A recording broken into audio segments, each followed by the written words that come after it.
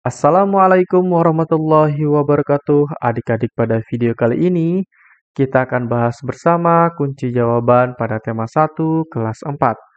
Halaman 75, 76, 77, 78, 79, 81, 82, 84, dan juga 85. Indahnya kebersamaan.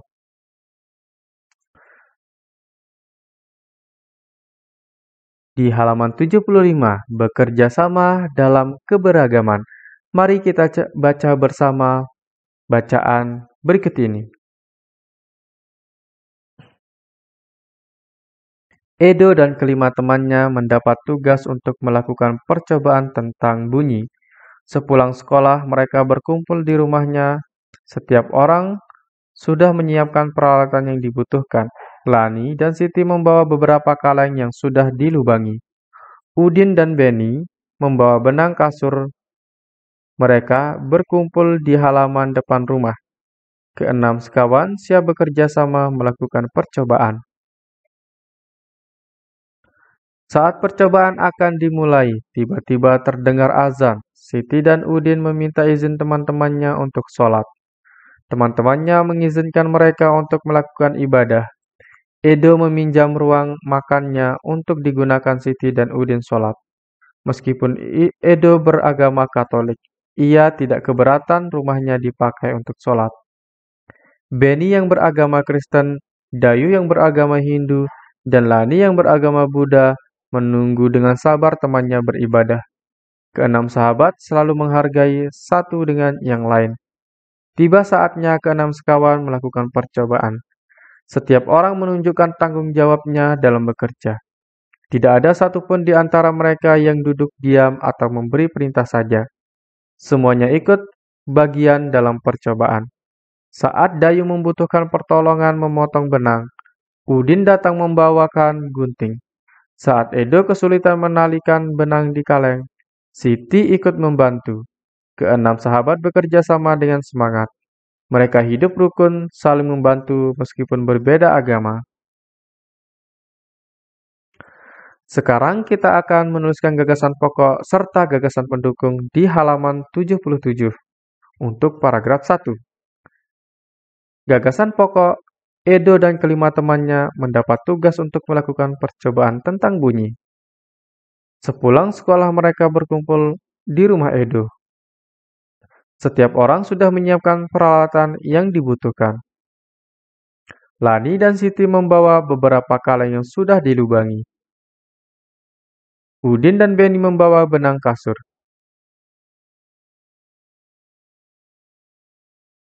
Mereka berkumpul di halaman depan rumah. Mereka siap bekerja sama melakukan percobaan.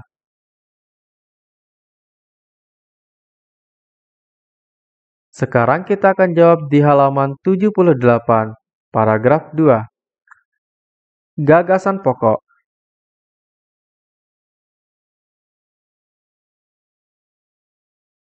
Saat percobaan akan dimulai, terdengar azan. Siti dan Udin meminta izin teman-temannya untuk sholat. Teman-temannya mengizinkan mereka untuk melakukan ibadah.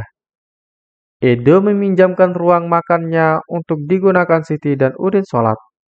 Meskipun Edo beragama Katolik, ia tidak keberatan rumahnya dipakai untuk sholat. Beni yang beragama Kristen, Dayu yang beragama Hindu, dan Lani yang beragama Buddha menunggu dengan sabar temannya beribadah. Mereka selalu menghargai satu dengan yang lain. Sekarang kita akan jawab di halaman 79 ya. Ini halaman 79 paragraf 3. Baik, kita akan jawab di gagasan pokoknya dulu. Mereka melakukan percobaan. Setiap orang menunjukkan tanggung jawabnya dalam bekerja.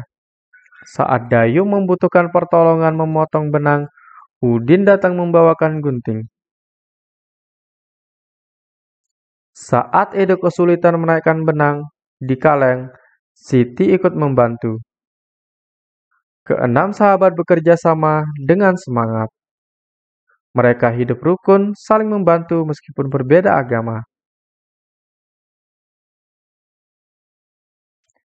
Sekarang kita akan menjawab di halaman 81. Laporan kegiatan percobaan. Percobaan hasil bunyi. Tujuan percobaan mengidentifikasi sumber dan tempat bunyi berasal. Alat dan bahan. Alat musik tradisional setempat, misalnya angklung, gong, gendang, gamelan, dan lain-lain. Langkah kerja. Pertama, duduklah di kursi dan tutup matamu dengan kain. Mintalah temanmu untuk memainkan alat musik tradisional, misalnya angklung, di sekitarmu. Langkah kedua, tunjukkanlah tempat yang kamu anggap sebagai asal bunyi. Berapa kalikah kamu menebak dengan tepat? Hasil percobaan. Dari percobaan di atas, dapat dinyatakan bahwa dengan mata tertutup, kita masih dapat mendengar bunyi dengan jelas pada jarak tertentu karena bunyi merambat melalui udara. Begitu pula, jika salah satu telinga kita ditutup dengan kapas, maka bunyi atau suara masih bisa terdengar. Kesimpulan, telinga manusia merupakan detektor bunyi yang sangat peka. Telinga manusia dapat mendengar bunyi mulai dari intensitas 10 Wm sampai 1 Wm. Intensitas bunyi di bawah 10 Wm tidak terdengar jelas, sedangkan di atas 1 Wm akan terasa sakit di telinga. Sekarang kita akan jawab di halaman 82. Apakah kamu pernah mengalami gangguan indera pendengar? Ceritakan. Nah, kalau kamu tidak pernah, maka tulis saja tidak pernah. Kalau kamu pernah mengalami indera pendengaran, kamu ceritakan. Sekarang kita akan jawab di halaman 84. Berdasarkan cerita di atas, jawablah pertanyaan berikut. 1.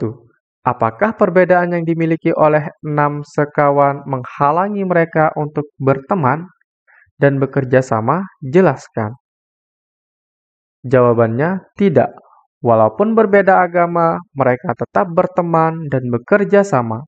Dengan adanya perbedaan, mereka bisa saling melengkapi satu sama lainnya. Nomor 2. Bagaimana sikapmu jika kamu bermain dengan teman yang berbeda agama? Tidak membeda-bedakan teman, saling menghormati dan menghargai. Soal nomor 3 di halaman 85. Ceritakan pengalamanmu memiliki teman yang berbeda agama. Perbedaan apa yang kamu ketahui? Bagaimana sikapmu terhadap perbedaan tersebut? Mereka sangat menghormati dan menghargai ketika saya akan melakukan ibadah, dan sikap saya pun sebaliknya, menghormati dan menghargai ketika ada teman menjalankan ibadah sesuai agamanya masing-masing.